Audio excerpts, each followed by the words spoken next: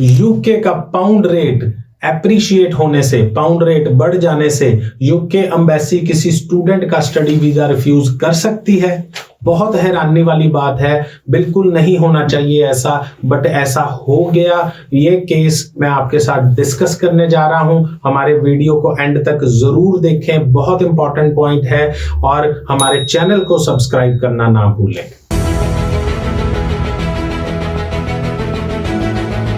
Seriously sir, ऐसे भी होता है कि पाउंड के ऊपर नीचे होने से, यानी कि 110 से 115 हो जाने से वीजा रिफ्यूजल आ सकता है एम्बेसी से?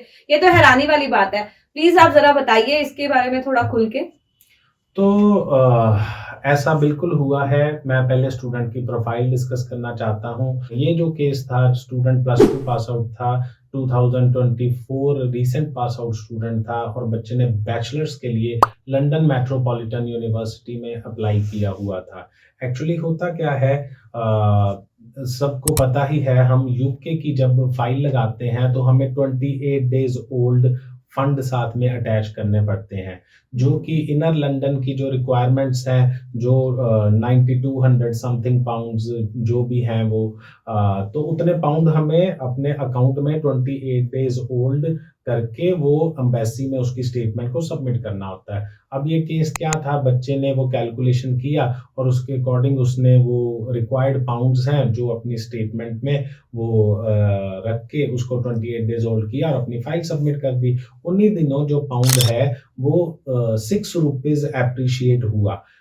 उसके 28 डेज होल्ड हो चुके थे। जब उसने कैलकुलेशन किया, जब फंड रखे, तो उस टाइम पाउंड का रेट शायद 109 रहा या जो भी रेट रहा, और जिस दिन उसके वो 28 डेज ओल्ड हुए और उसके बाद जो उसने जब फाइल सबमिट की, फाइल सबमिशन के टाइम पे जो रेट था और जो फंड रखने के टाइम पे रेट था, उसमें 6 रुपीज का डिफरेंस आ गया, जिससे जो रिक्वायर्ड अमाउंट थी, वो जो पाउंड बनने चाहिए थे 9200 समथिंग, वो शायद उसके 100 या 120 पाउंड उस एप्रिसिएशन के कारण कम हो गए, जिसके कारण स्टूडेंट का रिफ्यूजल आ गया, क्योंकि यूके वीआई की जो रिक्वायर्ड फंड्स की कंडीशन है वो ब्रेक हो चुकी थी। इसी वजह से स्टूडेंट को रिफ्यूजल फेस करना पड़ा।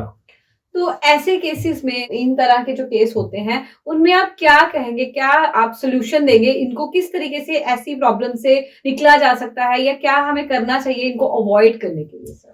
बिल्कुल, इसको बहुत इजीली अवॉइड किया जा सकता है। हमारे काउंसलर्स ऑलरेडी हमारे स्टूडेंट्स को बार-बार बताते भी हैं। आप क्या कर सकते हो, जब भी आप यूके स्टूडेंट वीज़ा के लिए फंड शो कर रहे हैं या वो अरेंज कर रहे हैं, तो आप जो यूके का जो रेट चल रहा है, पाउंड का रेट अगर 109 चल रहा है, तो आप कैलकुलेशन 115 के हिसाब से कीजिए, और अगर आपको रिक्वायर्ड फंड जो है वो 9200 पाउंड्स हैं, तो आप 500 पाउंड उसमें भी एक्स्ट्रा लेके चलें, तो आप 9700 पाउंड शो कर लें, सो दैट एप्रिसिएशन होने के बाद भी 400-500 पाउंड आपके अकाउंट में एक्स्ट्रा ही हो, तो इस बच्चे की तरह आपको रिफ्यूजल का सामना ना करना पड़े।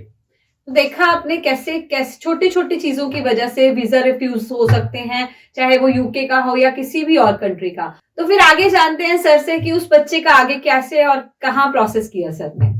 इस बच्चे का एलएमयू यूनिवर्सिटी में, लंदन मेट्रोपॉलिटन यूनिवर्सिटी में ही डेफर करवा दिया गया है। जैन 2025 इनटेक से सितंबर 2025 इनटेक में ये बच्चा डेफर हो चुका है, और इसको नया ऑफर लेटर और नया कैश लेटर सेम कोर्स में मिल जाएगा, और एक बार फिर से ये अपना वीज़ा लेकर अपना यूके जाने का सपना ज़रूर पूरा करेगा। तो स्पेक्ट्रम ओवरसीज ऐसे ही केसेस को, ऐसे ही क्रिटिकल केसेस को सॉल्व करने में काफी एक्सपर्ट है। इनके पास काफी एक्सपर्ट टीम है, फाइलर्स हों, काउंसलर्स हों। तो अगर आपकी भी यूके स्टडी वीजा या और भी किसी भी कंट्री की स्टडी वीजा या विजिटर वीजा के रिगार्डिंग कोई भी क्वेरी है, तो एक बार जरूर कंसल्ट कीजिए। आप कॉल कर सकते हैं at 9855 98585 पर, या फिर विजिट कर सकते हैं स्पेक्ट्रम ओवरसीज जलंधर।